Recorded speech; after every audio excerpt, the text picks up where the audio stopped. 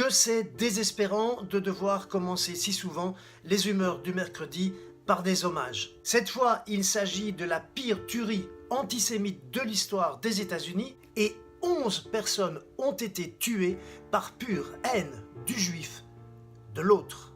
Le terroriste, un Américain bien blanc et facho pro-Trump, a même tué Rose Mallinger, 97 ans et survivante de la Shoah. C'est à vomir d'imaginer qu'elle a échappé au camp de la mort et tout ça pour finir sous les balles d'un fou en temps de paix. Il y a eu aussi les colis piégés adressés aux principaux leaders du Parti démocrate et surtout aux plus actifs des opposants du président Trump qui rejettent toute idée de responsabilité. Évidemment, je ne suis pas complètement idiot, enfin j'ai l'heure de le penser, et j'ai donc bien conscience qu'il n'est légalement pas responsable de ces horreurs. Par contre, moralement, c'est autre chose et il suffit pour s'en convaincre d'écouter l'ensemble de ces appels à la haine et à la division, au rejet de l'autre et à la relecture trumpiste des réalités sociétales pour le déclarer 100 fois responsable à tout le moins sur un plan moral ou intellectuel.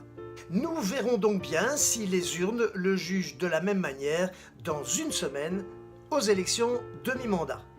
D'ailleurs, c'est aussi un jugement qui attend le petit con de 17 ans que j'évoquais la semaine dernière et qui n'a rien trouvé de mieux à faire que de braquer un prof en plein cours en lui collant une arme sur la tempe dont on a découvert après qu'elle était factice. Ce n'est en tout cas pas cela qui diminue la folie de cet acte, qui semblait très normal et même très drôle aux yeux d'un autre jeune con qui faisait des doigts d'honneur en se marrant comme une baleine. Il est aussi évident que celui qui filmait ses potes partageait leur hilarité, et cela a en réalité tout pour nous inquiéter très sérieusement. Mais quelle est donc cette jeunesse qui trouve banal un jeu aussi extrême que celui-là ? Ceci étant dit, on se demande surtout ce que foutent les parents. Parce que l'école, elle est censée enseigner aux enfants le français, les maths, la géo et l'histoire, quoique. Mais enseigner ne veut pas dire éduquer. Parce qu'éduquer, ça, c'est bien le rôle des parents. Enfin, c'était en tout cas comme ça depuis la nuit des temps. Mais il semble bien qu'en 2018, les parents ne savent plus très bien que faire pour transmettre des valeurs à leurs gosses et les mettre sur la bonne voie, celles qui, entre autres, passent par le respect de leurs enseignants. De mon temps, vous me direz que c'est déjà bien loin. L'instituteur ou le professeur étaient des notables et ils en étaient très fiers.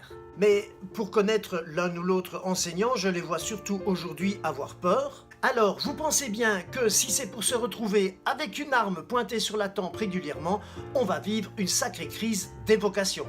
Nous ne sommes pas encore aux États-Unis, mais on n'en est pas loin, puisqu'on commence à très sérieusement évoquer la possibilité de mettre des policiers dans les écoles.